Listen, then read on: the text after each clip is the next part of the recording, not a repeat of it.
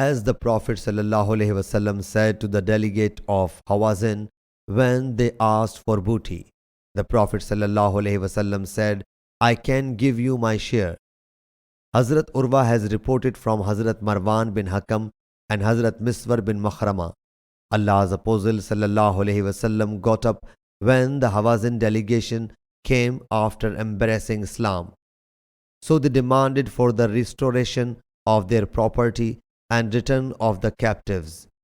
Allah's Apostle ﷺ said to them, I like the statement that is the truest. You can get back one of the two things, either the captives or the property. I give you respite to ponder.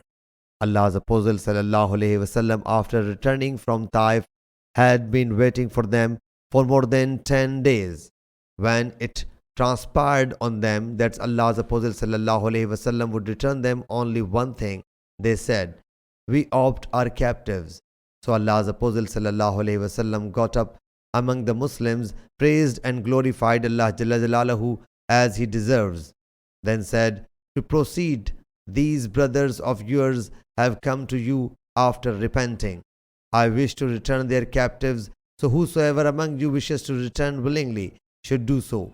Otherwise, whosoever wishes will be granted his share from the head of fay, booty, which Allah will bestow on us first. People said, we gave the captives gleefully for the sake of Allah's Apostle ﷺ. Allah's Apostle ﷺ said, we do not know who is granting permission willingly or unwillingly. You should go until your chiefs may come and tell us. So they returned and talked to their chiefs.